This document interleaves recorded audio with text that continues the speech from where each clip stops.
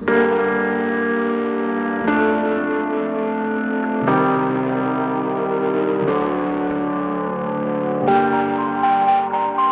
sightseeing helicopter tumbled out of the sky and plunged into the Hudson River across from Manhattan on Thursday afternoon, killing all 6 people aboard, including 3 children, officials said.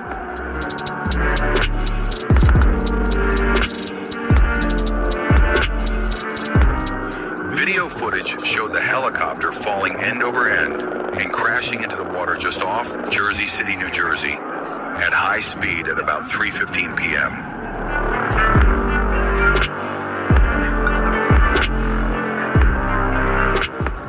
Adults and 3 children were pulled from the helicopter, a senior law enforcement official said. The pilot was also killed.